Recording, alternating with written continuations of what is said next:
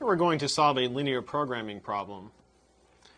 For this problem, we want to maximize our objective function, z equals 5x plus 8y, subject to these constraints. We need x greater than or equal to 0, 2x plus y less than or equal to 8, and x minus 3y to be less than or equal to negative 3. We work with each one of these inequalities and graph the system of inequalities. The solution set makes up our feasible region.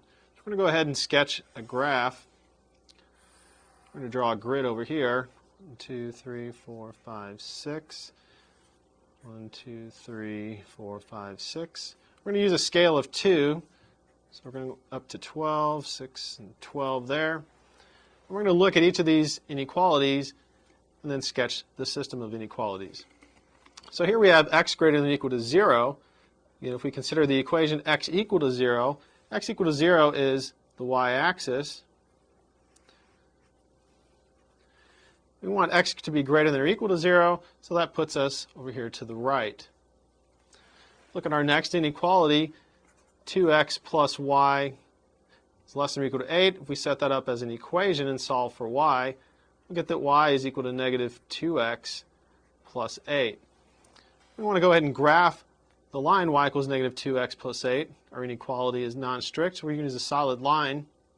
Pick a couple of points. If we let x equal 0, we'll get y is equal to 8. If we let x equal to 4, y will equal 0. Connect those 2 points.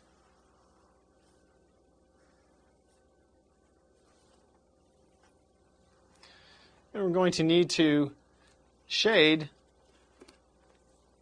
the half plane that satisfies this inequality.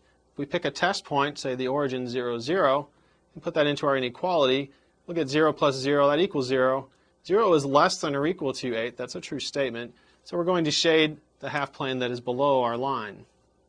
So we're going to shade this region there.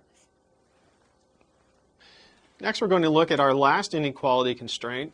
We have x minus 3y is less than or equal to negative 3. If we consider that as an equation, x minus 3y equals negative 3. Again, we're going to solve for y. Negative 3y equals negative x minus 3.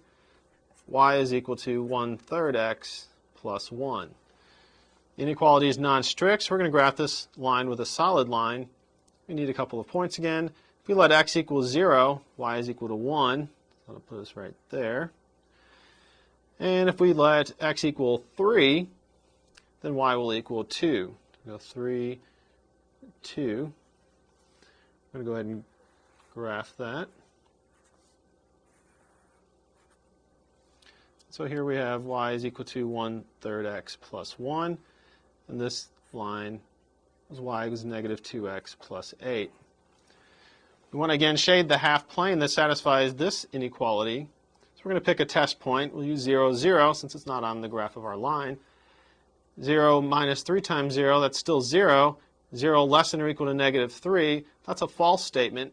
So we want to shade the half plane that does not contain 0, 0, which means we're going to shade above that line. So we're going to shade this region here.